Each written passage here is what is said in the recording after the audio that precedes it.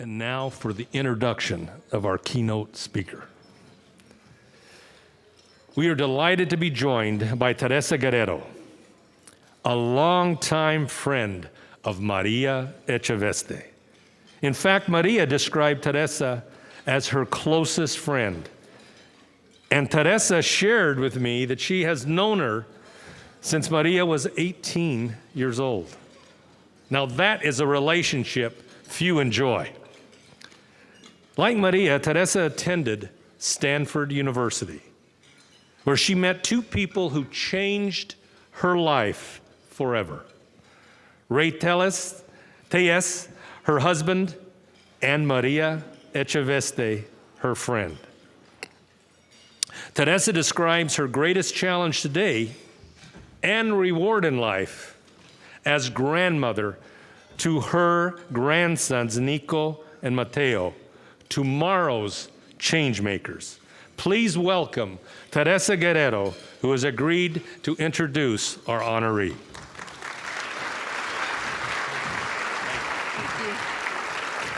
Thank you. Maria, thank you for this incredible honor. Good afternoon. My name is Desa Guerrero, and I'm honored to be here today to introduce my dear friend, Maria Echaveste. I met Maria on the Stanford campus in 1973, when I was a graduate student and she was a bright, beautiful Chicana undergraduate with unbelievable hair. And she still has unbelievable hair. I use the word beautiful to describe her both inside and out. I always think that part of our attraction to one another was that we were both, for very different reasons, fish out of water at Stanford. But on Maria's part, she carved out her path right then and there, and her incomparable journey would begin. Fortunately, my life had a script written with her remaining in it. Over the years, even with her monumental accomplishments and her continuous climb to places Chicanas had never been, there has always been one virtue that has remained a part of her core, and that is her humility.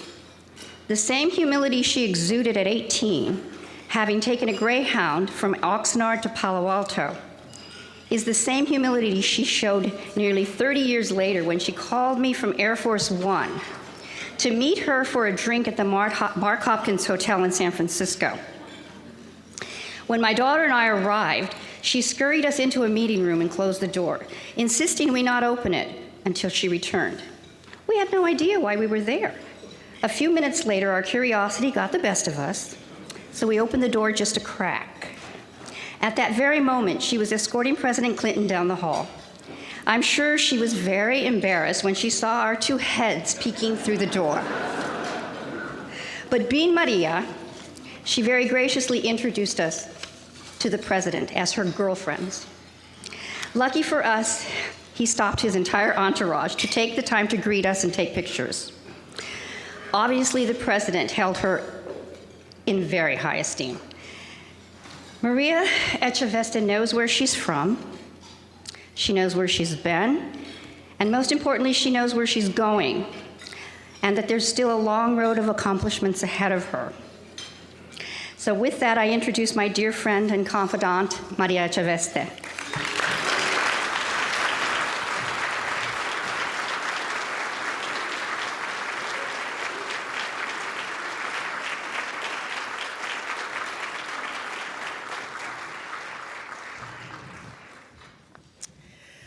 Thank you, Teresa. I know you don't like to be center stage, but I greatly appreciate this. You should know, Mickey, thank you very much. Thank you, everyone, for coming. When Mickey proposed this honor, I told him I wasn't finished. I still have a lot of things to do. I'm still trying to make a difference in our community, in our state, our country. But I think what I was actually feeling is what so many of us feel. We don't like being highlighted, made a fuss over. Why is that? Could it be that little voice many of us have heard? ¿Qué te crees? Who do you think you are? I'm going to accept the fact that the Latino Leaders Network and Mickey Ibarra thought I actually am someone, as Jesse Jackson used to say, that I have something to say that is worth hearing. So bear with me as I try to comply with Mickey's instructions to tell my story. I suspect there are at least a few of you who have had their palms read, right? Maybe it was a joke, or maybe it was more serious. But I remember the time I was working in Washington, D.C. between undergrad and law school, and someone took a look at my hand and exclaimed as she saw my lifeline, "Oh my, since you're still here and your lifeline ends so abruptly, it means you had one destiny, but somehow you're on a different path." Yep, totally nailed it. Why would the child of farm workers, eldest of 7, parents who had little education, my mother taught my father how to sign his name so he could cash his checks. Coming to the USA through the Bracero program, obtaining their green cards because of their Texas patron, the same patron, when my dad asked for a raise, said no, and my dad left for California. Thank goodness. So, I'm the only one in our family born in South Texas, but California has been my home. Yes, how in the world did I end up at Stanford, become a lawyer, and yes, work for the President of the United States? It's a story I've had to explain to a few people. One of them was Bob Reich, former Secretary of Labor, who asked me, I was with him, we were touring a labor camp right outside Fresno in 94, 95. And we met with farm workers not far from Clovis, where we had lived. And this is Clovis when it really was a farming town, not a suburb of Fresno. And I think he was trying to reconcile those beginnings with what I was doing now. I was running the wage and hour division, enforcing laws that make sure people get the money they've earned, their overtime, protecting farm workers, enforcing Family Medical Leave Act. There I was translating for him from English to Spanish. And I think he just couldn't imagine those roots and where I was. Actually, Hillary Clinton had also asked the same question when I met her in the 80s. And so it starts with my parents, especially my father. He was very strict, and I give him a lot of credit now, but that was not the case when I was young. And as the eldest, that meant that I was their guinea pig for how they were going to raise children with traditional Mexican values in the midst of an American culture, which they felt was overly permissive, disrespectful to elders, and just not how we do things. One memory stands out from that conflict. I was always an avid reader. Actually, let's be clear. I totally escaped by reading. You could be in so many different places and travel through books. And it made me feel, it put inside me this, I want that. I want to experience that world. Anyway, in 2nd or 3rd grade, I had won an award, I don't know, most books read or hardest books read, and there was a book fair. But my dad would not let me go. You go to school, you come home, you do your chores, that's it.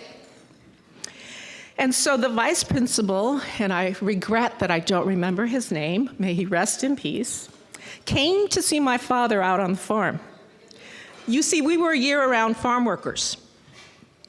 We lived in the labor camps during the winter alone with maybe another family. The only brown kids going to school with the growers' children. And then the migrant workers would come during harvest season, and the camp would fill up. So the vice principal comes to see my dad to try to persuade him. And my dad comes home from work. And he said, "You can go, but don't you ever have someone come see me." There he was in his suit, and here I was in my work clothes. And I wonder, why is that incident so engraved? My dad was embarrassed, but why should he be embarrassed? He was doing an honest day's work. Why should he feel less than the man in the suit? Because he did not have an education? Because he was working on a farm, helping to feed others? Fast forward, we now moved to Oxnard, Ventura County, and thank goodness my Nina Mage persuaded us to move from Fresno, with all due respect, to the Central Valley.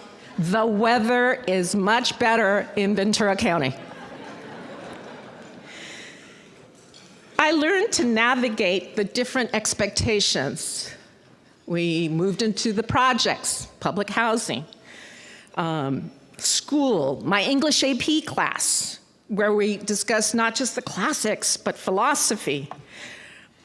But at the same time, I was a girl with responsibilities. I can remember being in my math class when suddenly I'd go, "Oh my God, I forgot to take the chicken out of the freezer. How am I gonna feed the family? How am I gonna make dinner?"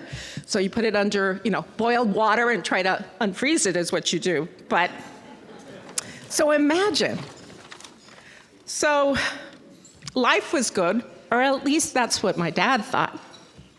He had helped me buy a car. I was working, I know, hard to believe, going to school full-time, but I was working 40 hours a week as well in the local grocery store, Bob's Market. And I was applying to college, something completely not in the realm of possibility for my parents, to even consider that one of their children would go to college. And from my dad's view, why do you need to go to college? You're a girl, you're gonna get married, you have a car, you're working in an air-conditioned store, you're not out in the fields. Somehow, I said, I'm 18, I'm an adult, I have scholarships, you're not paying for it, I'm going. So, I was determined to graduate in 4 years to show my dad that I wasn't just going away to be like those American girls. Forgive me, to be a cualquiera, you know what I mean. My dad ultimately came around, and many years later apologized and said, "Thank goodness you had the drive. 6 of the 7 have a college degree."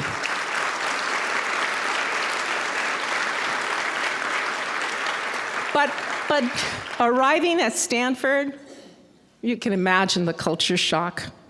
It was pretty intense. And that's where I learned another lesson. Those freshmen who seemed so smart because they had already taken calculus, they were not smarter. They just had the opportunity to take calculus. They didn't offer it at my school.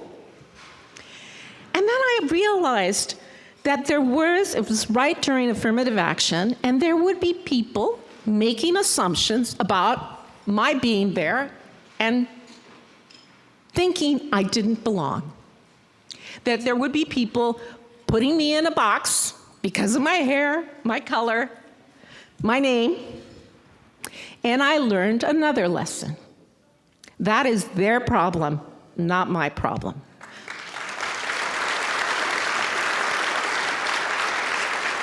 I know, as you know, what you're capable of. And we need to let the assumptions of other people who think we don't belong to not stop us from achieving what we want to get done. So I chose law school because I really didn't know what to do.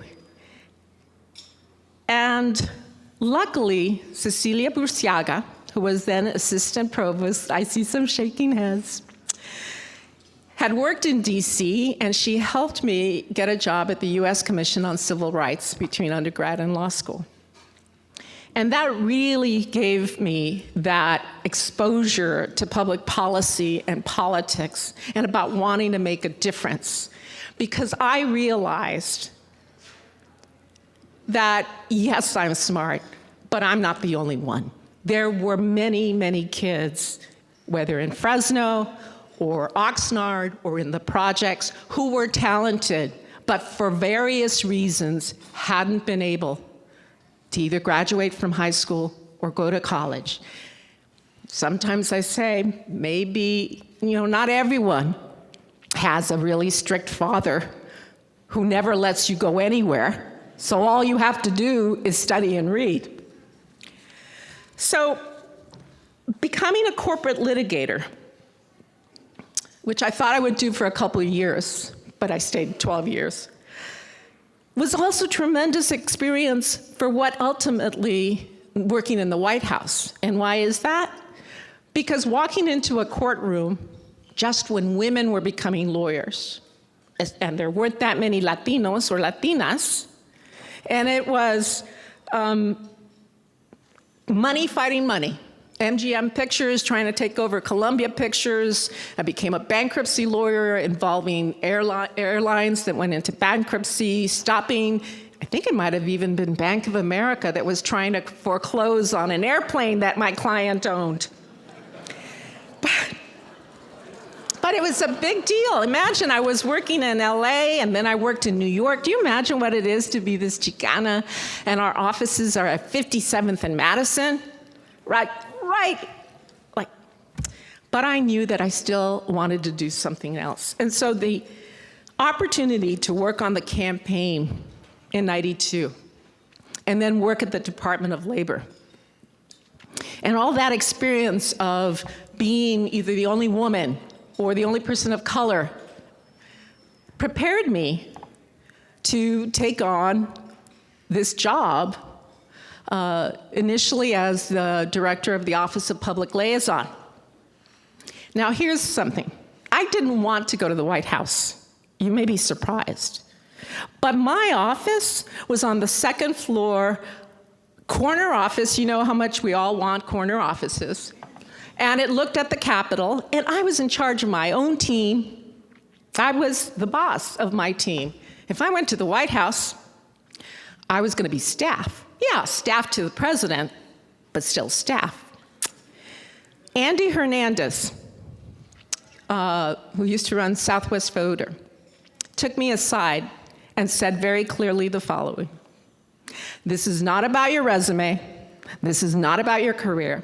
It is about how many times is a president going to ask a Latina to be assistant to the president. You have to do it. And he was right.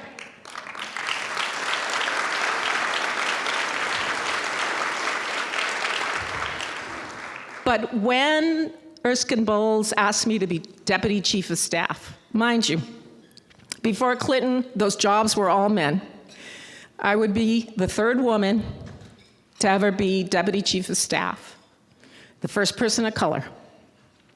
And I'm sure you can understand, I was nervous.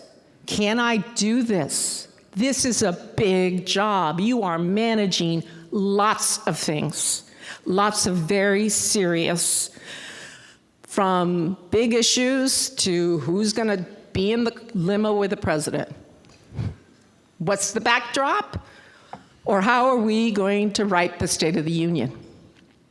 I give credit to my husband, Christopher Edley, who, mind you, is no shrinking violet either. He happened to have worked in the Carter White House when he was about 25. And I expressed how nervous I was, and he says, wait, you earned it. You earned it. You went on the campaign. You did a good job. You went to labor. You did a good job. You went to the White House. You earned it. Just remember, George Stephanopoulos wasn't George Stephanopoulos at the beginning. He was an aide to Dick Gephardt. You earned it. So, since then, I continue to try to work in many ways to contribute these experiences to trying to make our country live up to its promise. As someone said, the accident of birth should not determine your destiny. Remember that palm reader? I think what she was seeing is that based on the circumstances I was born into, I shouldn't have been where I was. But I had the chance with education and with hard work. And so it is about making sure that we can provide real opportunities for every child who doesn't choose parents or income or class or race, color, gender, to have that chance to reach their potential. But I also did not do it alone. And that's wrong. In so many places, we hear successful people, they did it by themselves. No, you didn't. And neither did I. I had a good public education because California invested, which, by the way, it isn't doing right now when Latinos are the majority of our school children.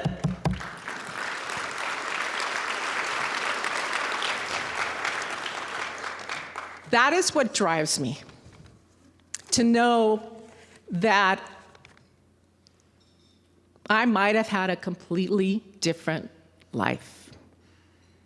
All I have to do is go to my parents' village in Mexico and spend time with my cousins who are my age, who have no education, who have 8 or 9 children, who are living in poverty. And you can count that I am thankful every day that my father who asked me, "Why are you so ambitious?" Ambiciosa. Excuse me, the man who couldn't read or write learned how to read and write in Spanish and enough English to become a foreman on a very large ranch in Ventura County. What he was able to do without formal education, imagine what he would have done. And oh, by the way, lest you think my mother, who is still with us, I didn't want to be her because she just took care of the family, right? And guess what? Now as a working mom, I know exactly how hard that job is. Thank you. So,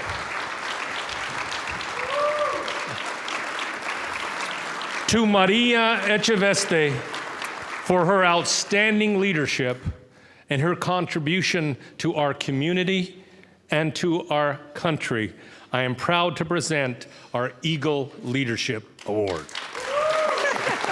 Okay, come right here. Come here, guys. Come in here. Photo right here.